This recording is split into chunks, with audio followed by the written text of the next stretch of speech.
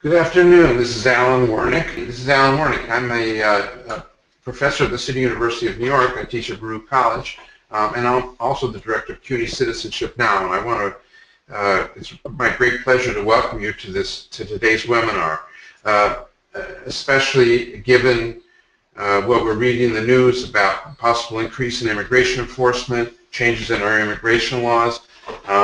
This program that you'll be learning about today, the SPS Advanced Immigration Law Certificate Program, is something that is of particular importance and value.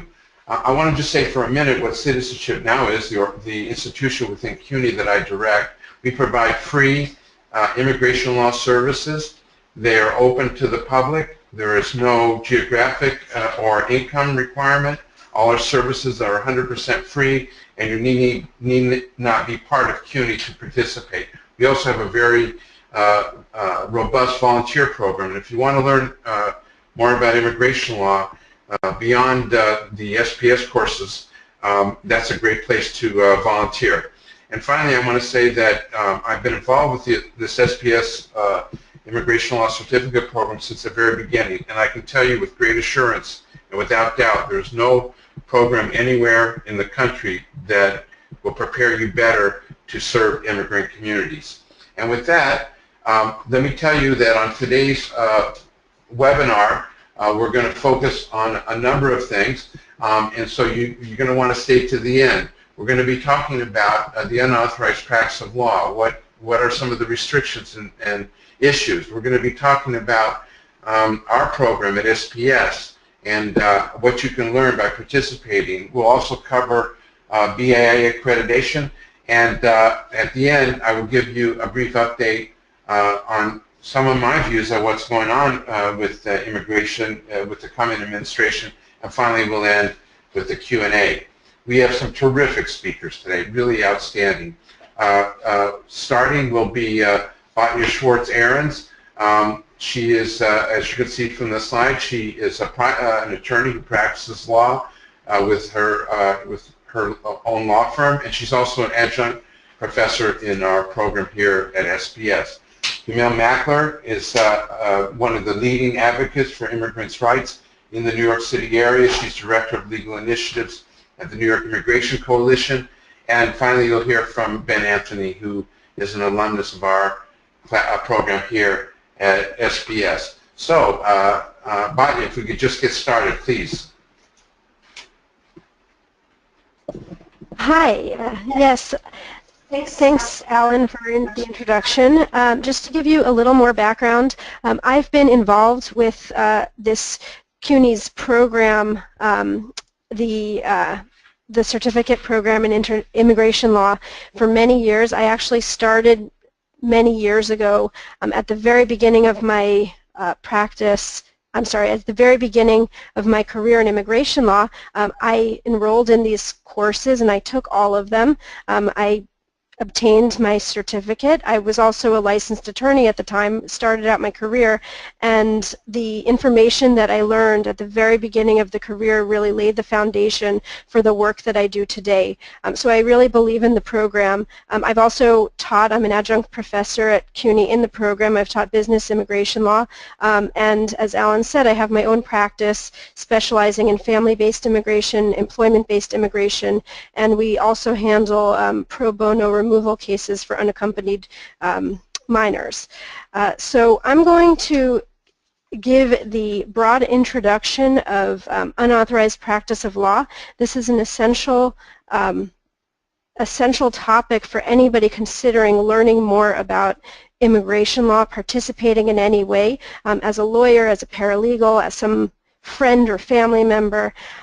So we need to first understand what unauthorized practice of law is.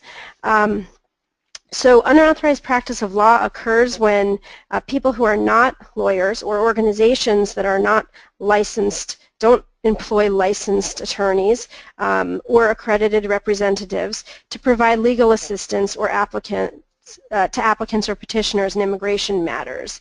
When these individuals hold themselves out to be qualified or licensed or perform any of these acts without direct supervision by a lawyer, that individual is performing the unauthorized practice of law.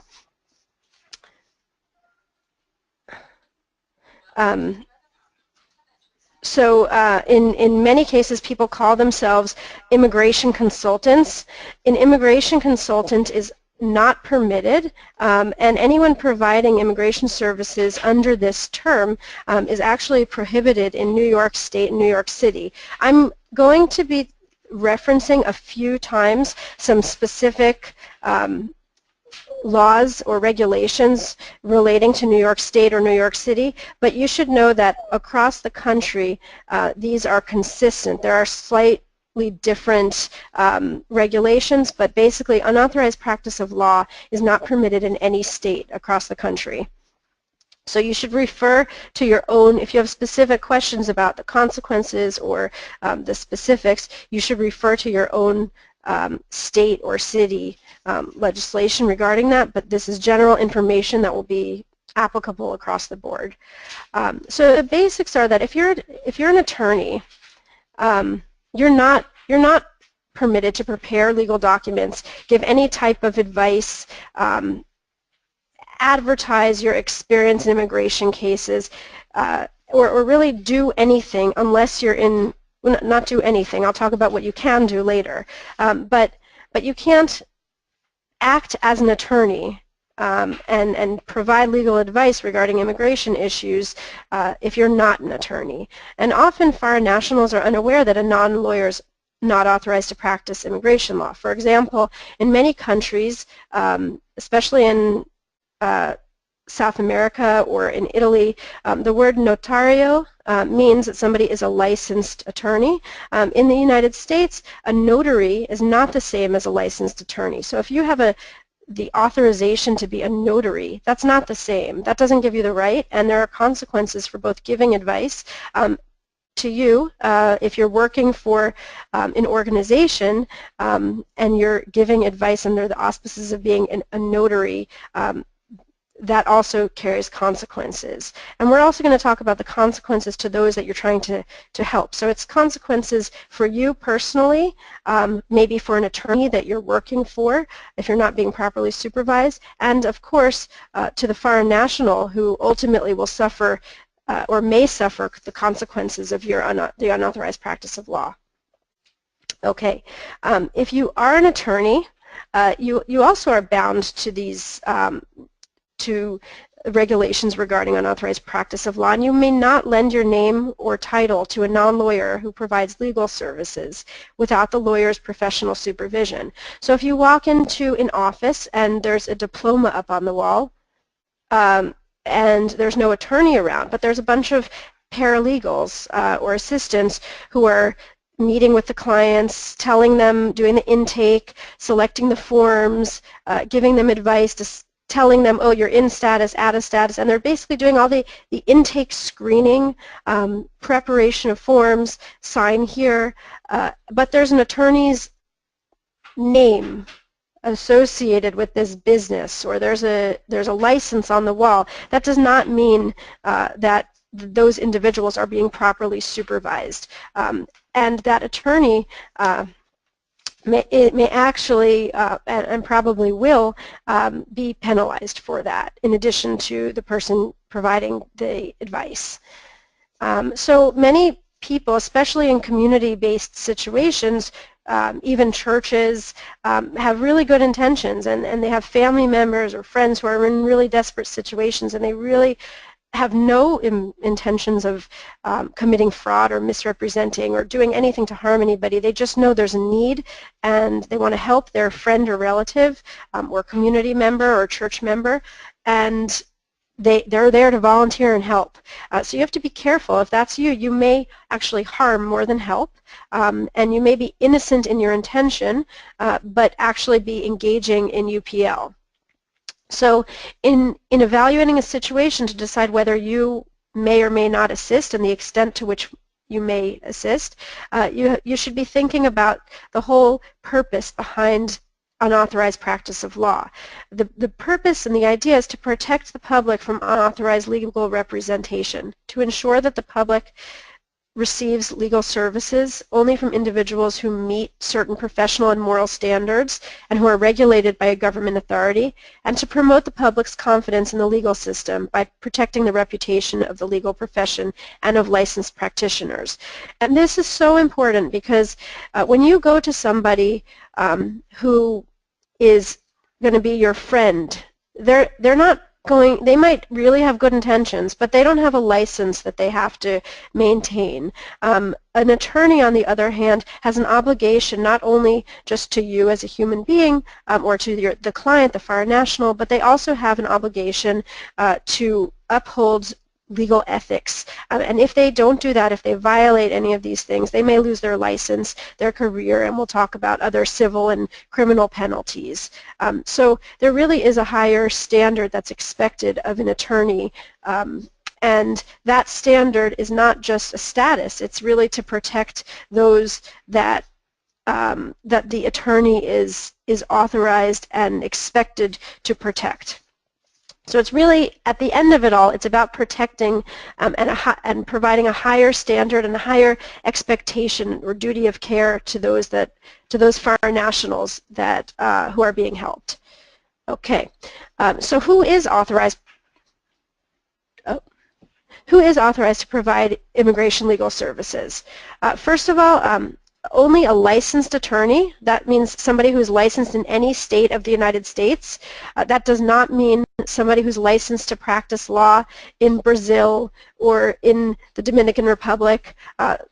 Those individuals are not licensed to practice immigration law in the United States. They can practice immigration law for entry into their countries or whatever is governed by their countries, but in the United States you must be licensed in any state. So an attorney must be licensed in the state of New York or the state of California. Immigration law happens to be a federal practice, so an individual is typically not restricted by the state in which they are licensed in, but they must be, as I said before, licensed in the United States. In addition to licensed attorneys, an individual who is accredited by the Board of Immigration Appeals and who works for an organization that's recognized by the BIA may represent an immigrant in connection with an immigration matter or court case. Camille is going to speak later in great detail about what the requirements for accreditation through the BIA, but I just want to emphasize before moving on that not only must the individual be working for that organization and accredited for it and representing the immigrant in connection with an immigration matter, but the accreditation is actually limited to those circumstances. So I'll let Camille go into that later in more detail. I mentioned a few times the consequences of UPL. So there are different consequences for non-attorneys and for attorneys, but for non-attorneys who may be trying to help, even assisting an attorney but not supervised by that attorney, there are criminal charges. In New York, practicing law without a license is a misdemeanor that carries a sentence of up to a year in prison. Non-lawyers as well as lawyers may also be liable for damages as a result of negligence claims, and UPL may result in criminal liability for fraud and misrepresentation with the potential of long jail sentences. So these consequences to a non-lawyer are quite serious and something that you should be very careful to consider before intentionally or non-intentionally offering any kind of advice to a foreign national.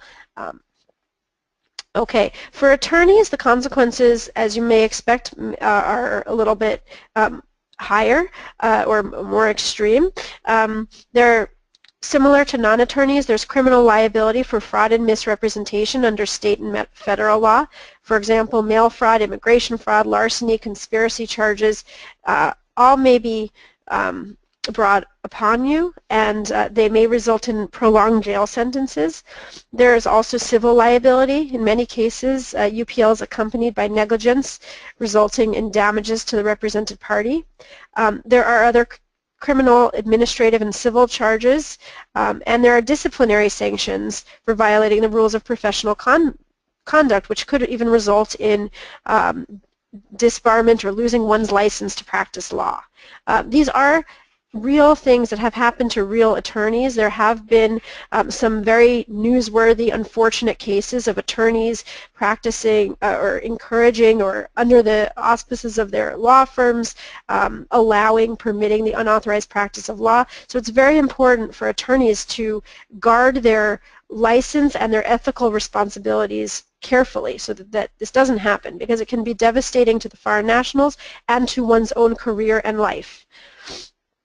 Okay, in understanding why those penalties are so harsh, the idea is that the UPL rules are designed to protect the public from unqualified or incompetent representation. In my practice, I've heard many stories of people, or I've had, I'm not going to say many, but I've had some clients who have come to me after going to, let's say, a travel agency who filed a very simple extension of status or change of status, or a green card petition based on family, and something went wrong. And when they get to my office, I have to look back and see what happened in this case, who filed this for you. And often it's very difficult to find a paper trail, because somebody who works at a travel agency or a notario doesn't often, they can't fill out a G28, which is a form saying that an attorney is representing them. So they select the forms, they fill everything out, they send it in, but they really don't know the intricacies of the immigration regulations, and ultimately this can lead to denials. It can even lead to removal proceedings based on things that they just didn't know, they weren't aware of, and they're really not submitting any kind of proof that they're responsible. So this is to protect people who don't otherwise know. The victims of UPL face harsh consequences and monetary loss, and so it's in the interest of the United States to impose severe measures in order to protect the foreign nationals, the public, from unauthorized practitioners, both non-lawyers and lawyers. Okay, so how can studying immigration law create opportunities for you and your community? All right, so you want to help. You are not an attorney, you're not licensed, you're not a BIA accredited representative, but you do want to help. You maybe work for a volunteer organization, nonprofit organization, or you are just a friend or relative. So what may you do? Well, you may translate documents and oral conversations. You can help the individual obtain supporting documents. That means requesting birth certificates, police clearances from foreign or local police, you know, all types of other civil documents from other countries. Sometimes you need death certificates from a foreign country. It's quite difficult to get one, and the Foreign National Mating Assistance, that's something that you can help them obtain. You can transcribe information to forms that the client selects with information that the client provides, but you must be extremely careful in doing so, because you may not suggest forms or insert information not provided by the client. It's not your job, and you're not permitted to monitor what's going into those forms. You may schedule photographs, fingerprints, and medical tests. You can conduct English language and civics courses in preparation for naturalization. You may not prepare naturalization applications, but you may assist somebody preparing for it, for the end the end examination. You also have to be careful you're not preparing them for their interview or providing legal guidance, and often there may be many complex issues in applying for naturalization, for example, that you must be extremely careful not to engage in giving advice. If you're a notary, you may notarize documents. You may make photocopies, prepare documents under the supervision of an attorney. So if you have an attorney who's signing off and reviewing your work, that may be permitted. And you may make referrals to immigration lawyers, BIA accredited organizations, or other resources if you do not charge a fee. No fees may be provided for that. Okay. What constitutes legal advice? So this goes in the category of things that you may not do unless you're an attorney, a licensed attorney in the United States. You may not interview clients and advise on possible immigration options. You may not determine an individual's immigration status. So for example, somebody comes into your office, organization, home, and they say, I think I'm in trouble, I need some help. And you say, well, let me take a look at your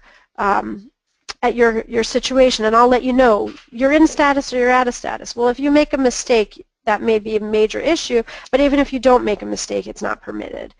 You may not select or recommend which immigration forms to be used, and if you think this is no big deal, submitting the wrong immigration forms can actually mean that a petition or application is denied or rejected, and the person could actually fall out of status. So it's very important that somebody who's qualified selects the appropriate forms. Making determinations on relevant biographic information to include, analyzing immigration documents, or assessing the relevance of criminal history. This one is kind of self-explanatory. Obviously, any criminal issues have a significant effect on an individual's ability to get a green card, obtain forms of relief. So this is really important. Also, it should be noted that attorney-client privilege protects clients from damaging information which may be discoverable, but anyone who's speaking with a non-attorney is not protected by that attorney-client privilege. So non-attorneys and those not recognized by the BIA as accredited representatives may not provide any type of legal advice. Legal advice is not always clear.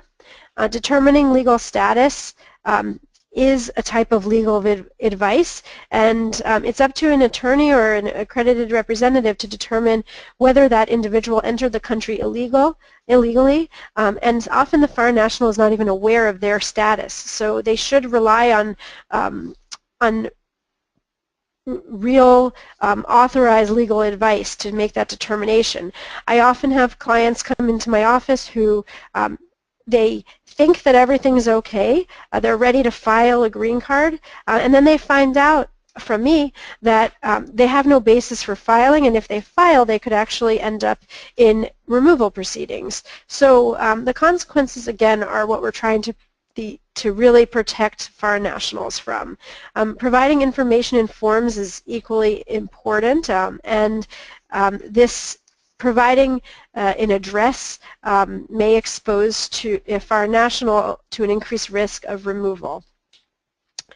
So examples of the practice of law include telling a client what form to fill out, how to answer questions in the form, what benefits they may or may not qualify for, what something on the form means, whether or not to file a form or application, or speaking on behalf of a client during an interview. I've emphasized many times why this is important, and the idea is that you're trying to protect those who you're trying to serve. And I know that listening on this phone call, we have people from a very wide range of backgrounds. We have people who are working for nonprofit organizations. We have people working in private practice. We have people working for the government.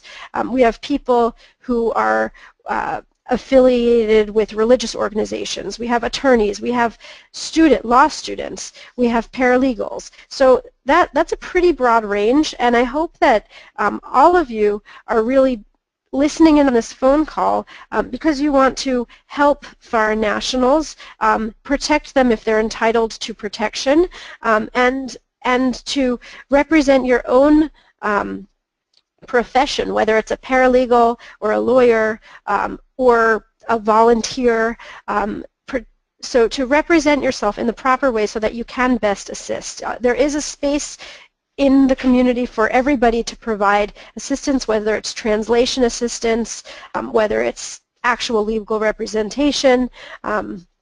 So there's a spot for everybody, but it's important to find your spot. And at the end of all this, we are likely going to see some changes and possibly significant changes in the immigration environment in the next few years. So it's very important that as there's an increase in need and possibly an increase feeling of fear or uncertainty about one's options, that we all step up and act responsibly and ethically. So I'm going to pass the discussion along to Kamil Mackler, who's going to speak in more detail about BIA accreditation, and she's going to give a little more background regarding her own professional role. Thank you, Batya, and apologies for the delay. We were having mute issues. My name is Camille Mackler. I'm the Director of Legal Initiatives at the New York Immigration Coalition, and I play a lot of different roles in that position, but most relevant today is I'm the official New York State Board of Immigration Appeals Recognition and Accreditation Trainer.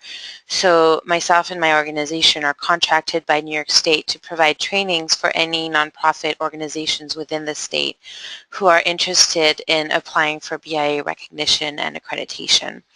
Another part of my role also relevant today is I lead a lot of collaborative work and advocacy around immigration services fraud, including the unauthorized practice of immigration law. So I'm going to take a little bit of time now to go through the requirements for BIA recognition and accreditation, including what you must do as an organization if you're interested in obtaining that status. And I want to give a bit of a caveat to my presentation, which is that in September of 2015, the Executive Office for Immigration Review, which is the agency within the U.S. Department of Justice that oversees immigration courts and the Board of Immigration Appeals, made public proposed rules that would change the recognition and accreditation process, and some of the changes are pretty substantial. They put the proposed rules out in September of 2015 and received, by what we've heard, is in the thousands numbers of comments on the proposed rules. Some pushback from community and advocacy groups, and I'm sure other types of comments. And so we're still waiting for the final rules to be published, and we've heard that they will be published by the end of the year, although a caveat to the caveat is that we've been promised these rules for about 7 to 8 years now. So we're expecting those new rules soon, and as much as I can as we go through this, I will talk about the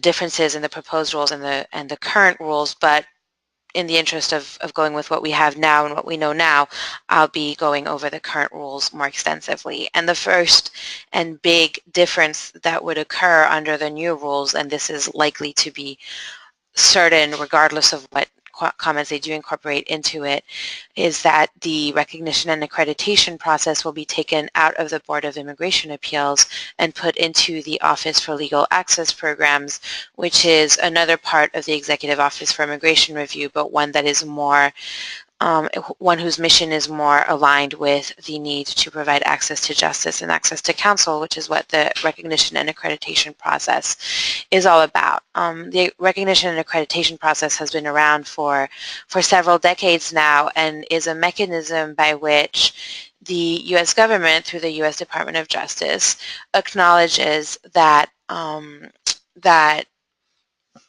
it is imperative for immigrants in certain contexts to be able to have access to legal services, and sometimes they may not be able to afford it, so they created this mechanism by which non-attorneys can provide legal services in the immigration context only. So to go through a little bit of terminology, recognition is for organizations, it's for nonprofit, religious, charitable, social service, or similar organizations that have been given permission by the Board of Immigration Appeals, BIA, to help people in their immigration proceedings in front of the immigration courts and also in front of the other immigration agencies such as U.S. Citizenship and Immigration Services and others. We'll go through that a little bit more fully in a second. So recognition is for the organization or for the agency. Accreditation is for the individuals who are going to work within that organization to actually provide the services. So this is the individual who will be acting in the legal representative capacity on behalf of the organization. And that's an important distinction that doesn't always get made. So recognition is for the organization. Accreditation is for the individual. And BIA accredited representatives, or the short form, which I will surely slip into, is BIA reps or reps, can only practice immigration law, and they can only do so at the agency or at the organization that applied for their accreditation, which itself is recognized. That's important because a lot of times immigration law intersects with other parts of the law. For example, you'll have a lot of intersection between immigration law and family law because of the needs to obtain certain documents from family court, because the marital status of someone or the family relationship of someone matters in immigration law. So if you're a BIA rep, you can handle the immigration portion, but you can't walk into family court and handle the family court portion because you are not a licensed attorney to practice law in family court. And the same goes for criminal law, which is the other most common intersection. With immigration law, you can handle the immigration consequences of a criminal record, but you're not going to be able to intervene or represent the person in their criminal proceedings.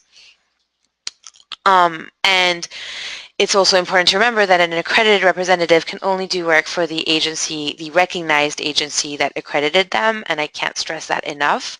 And as an example of how that can go horribly wrong, the Brooklyn District Attorney's Office recently indicted an accredited rep who was providing legal services on their own and outside the purview of the agency that recognized them. And now not only does that person face criminal charges, but the agency itself, the organization, is scrambling to try to fix the issues that created.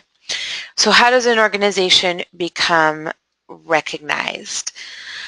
They must show to the Board of Immigration Appeals that they are a nonprofit, religious, charitable, or social service agency. A question I get a lot is whether they need to show that they have a 501c3 status from the IRS. Currently they do not. That could change under the new rules, but currently they don't have to show that they're an IRS 501c3, but they will have to show that they're a nonprofit, religious, charitable, or social services agency, that they only charge nominal fees, that they have knowledge of and experience with immigration law, including maintaining an immigration resource library. And that's, the nominal fee question is one that's up to much debate, but usually it means that they won't derive more than 50% of their immigration legal program fee through fees that they charge to the clients. And that is definitely something that will be addressed a little bit more specifically in the new rules, but if you're charging $100 for an application, you're fine. If you're charging close to private practice market rate, those are certainly not nominal fees, and you can't rely on those fees to fund your program, is usually a good test. Recognition lasts indefinitely. Right now, you don't need to renew recognition. In the new proposed rules, they would require organizations to renew every 3 years. There was pushback to extend that to 5 years, so we'll see what happens in the final rules. But right now, it is indefinite. But if you change your name, you have to let the Board of Immigration Appeals know so that they can update their rosters.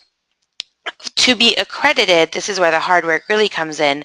First of all, the staff member, and it can also be a volunteer as long as the volunteer works very closely and under the supervision of the recognized organization staff, they must go through various training.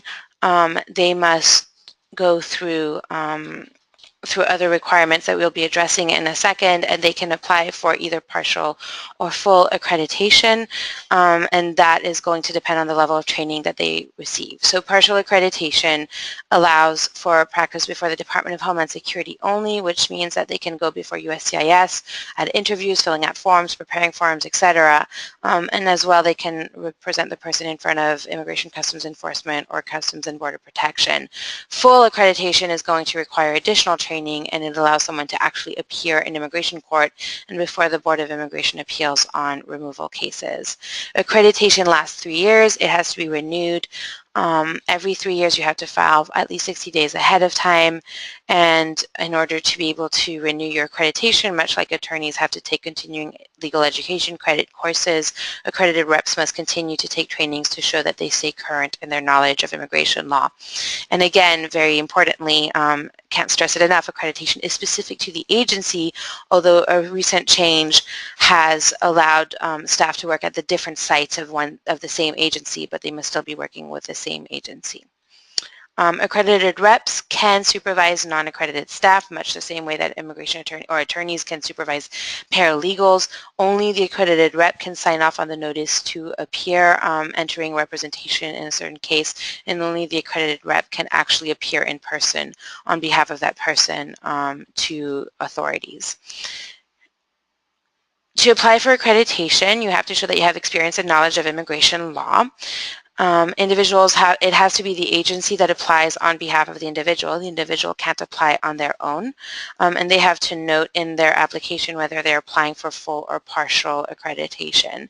They have to show that they have good moral character, which right now you show by providing letters of good moral character and letters of recommendation, and they show that they have taken their required training and that they have sufficient connections to resources to help them if they have any problems. If they have partial accreditation, like I said earlier, they can enter their appearance in front of immigration court, and they can also appear before ICE and Customs and Border Protection. It's easier to get than full accreditation, because for full accreditation they would need to show that they have additional training in how to advocate for a client, how to appear in a courtroom, how to brief cases, how to prepare for trial, etc. And the knowledge and experience is shown through training. Like I said, you have to show there's no requirement as to how much training you need, but generally speaking, an industry standard is approximately 40 hours over a wide variety of topics in immigration law, not just the topics the individual expects to encounter in their practice, but they need to be able to spot issues across a wide variety of topics throughout immigration law. And we have found that 40 hours of varied training is usually enough, and they should also show that they have either worked under the supervision of an immigration attorney or accredited rep, or that they have some type of connection in New York State. Listing me as a connection as someone who can provide technical assistance is something that is acceptable to the BIA, and here are some possible places where you can find that information and those trainings. So that's it for me, and we'll be taking questions at the end, but I'll turn it back over to Allan. We have a little bit of time for questions, so we're going to move on to that. Before I do that, I just want to reiterate how terrific I think the CUNY SPS Advanced Certificate program is. You know, as one of the people who was involved in this program from the very beginning, I'm just so impressed by the work that is done by the current leadership. And I want to remind people that all of our courses at the SPS School for Professional Studies are available online and in person. If you want to learn more about this program, you should go to SPS Advanced Certificate Program at our site, and you see it there on your screen. Okay, let's go to some of the questions.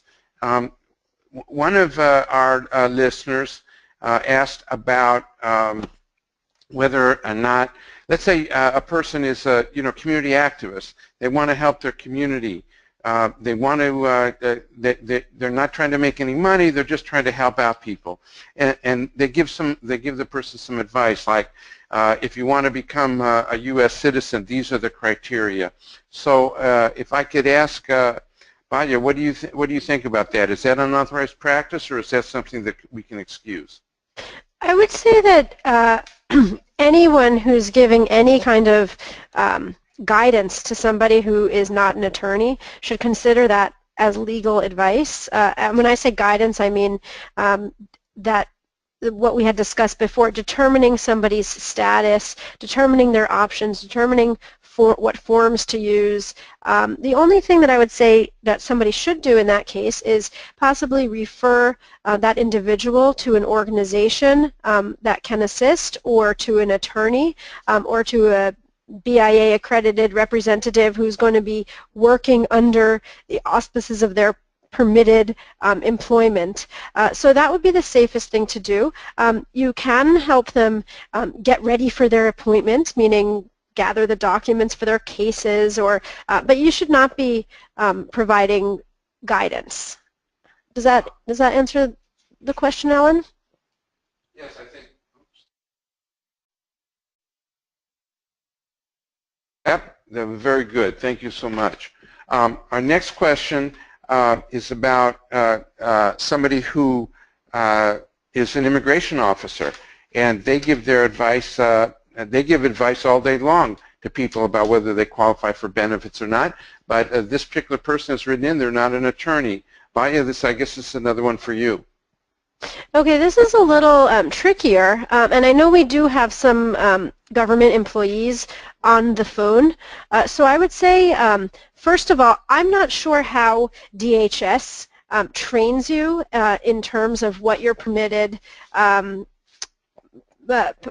what type of, let's say, guidance or input you're allowed to provide. So my first step would be to say that you should check with your supervisor from within DHS, because I certainly don't want to give any conflicting information. I will tell you that in my own experience in interviews with ISOs, let's say at a marriage-based adjustment of status interview, the ISO has completed the interview, they've made their assessment. Of course, they don't give they generally don't say approved or not approved, or make their final recommendation on the spot, but often they say something about, for example, if this case is approved, just know that this is going to be a conditional green card, and I'm sure your lawyer has explained that to you. And sometimes they go ahead and explain what it means to be a conditional resident, and what the individual is going to have to do in 2 years. I've heard that many, many times. So that, I believe, is not the same as immigration advice.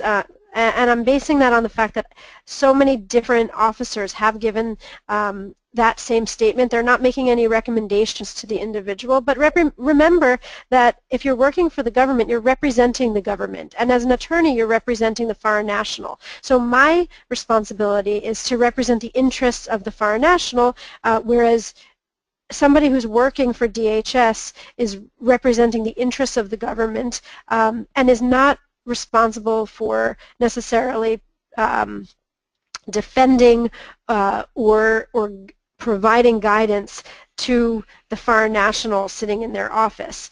So I didn't give a completely black and white response to that, because I think it's something that needs to be addressed by somebody within your employer's, to tell you how you're supposed to do your job, I think is beyond the scope of anything that I can give. But certainly it's the job of the attorney is to represent the client, the foreign national, whereas the job of the ISO, the Immigration Services Officer, is to represent the government, and how that's carried out, and the limitations on what you may and may not say, I think are something that you need to check with your supervisor at DHS.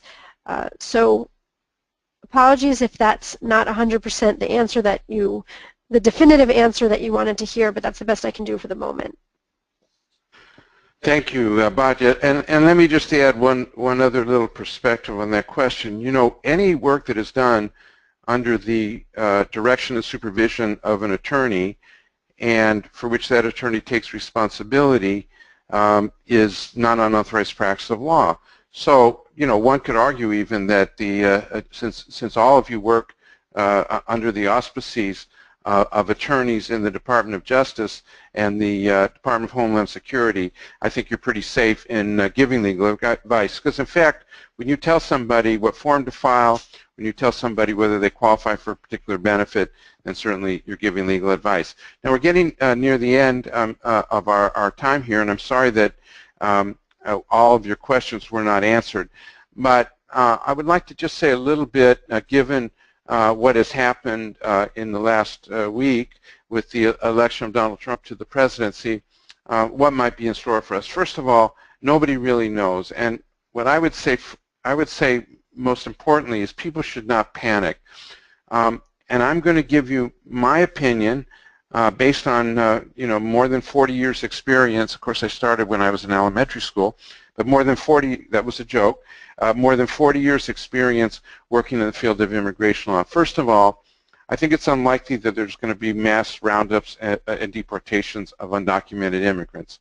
I think where we're going to see most of the restrictionism and most of the change is in two areas. One, certainly individuals with criminal records are likely to become a priority for immigration to arrest, detain, and deport. One thing is, if you know people with minor criminal records, there may be a way to go to court and have those records, those convictions vacated. It's certainly something to consider. Secondly, I expect to see legislation that will change the rules for deportation and for denying people admission into the United States and to become a U.S. citizen, and making things a little bit more restrictive, which is all the more reason we need more and more greater numbers of trained personnel, both attorneys, accredited representatives, and those working under the supervision of attorneys to provide high-quality legal advice. I'm getting a lot of questions these days about DACA, Deferred Action for Childhood Arrivals. President-elect Trump has said that he's going to vacate and eliminate all executive orders, including that would presumably include the executive order that granted deferred action for childhood arrivals. But I'm not so convinced necessarily that that is going to happen on January 20th. We really don't know. There's a possibility that, in fact, the president will do that. There's a possibility that the president will allow people who have deferred action to continue in that status until the end of their rights under that program.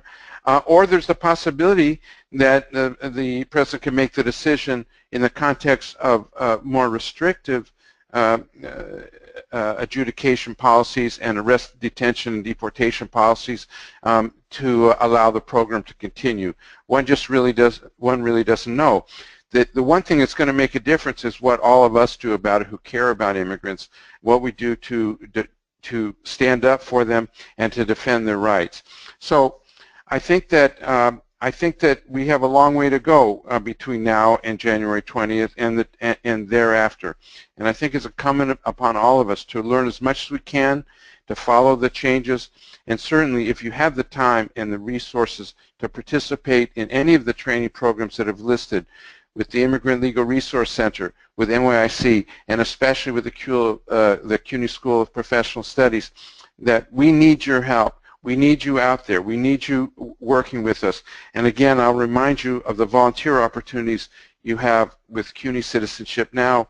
Go to our website, cuny.edu/citizenshipnow. So I thank you all for participating. As you can see, there's so much information here. We want to make sure we get your questions answered as soon as possible. If you're able to stay on the webinar, we encourage you to do so, and we will try to answer more of your questions. Batya, go ahead. Okay. Yes, I was reading some of the questions, and I wanted to make an important point. Somebody asked if the Advanced Certificate in Immigration Law Studies permits somebody to work as an accredited representative, and I want to clarify that this program provides educational background and will prepare you for your work, but it does not provide any kind of legal authorization. So it's that was one of the reasons why we emphasized what UPL was in the beginning. Doing this course or this whole set of course will prepare you to better serve immigrants in the context of working for a lawyer, being a lawyer yourself, or working for an organization that does this properly. But note that these courses and the certificate that you get is training. It's not any kind of accreditation. Okay? That was an important point that I want to make.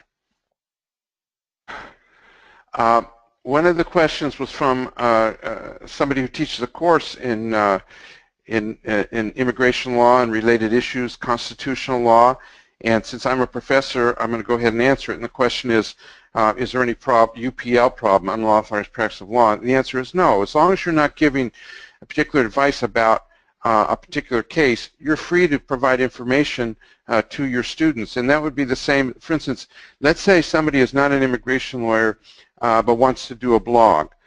You can put out your analysis of what the law is, as long as you make it clear that you're not giving legal advice and that you don't direct any answers to any particular person's facts of their case. So I think being a professor and talking to your students about what you know and think about immigration law is perfectly fine. Now I have a question, another question for Batya. Let's see here. Let me see. I want to find a really good and interesting one. One of you writes in that you work for, this is Tiffany, and she writes in that she works for a not-for-profit that has an attorney on site once a week. The attorney has asked that clients fill out their forms before the meetings to expedite the process. We often, for instance, give an N-400, an application for citizenship, to a client before they see the lawyer. Is this UPL because I'm suggesting a form? Batya?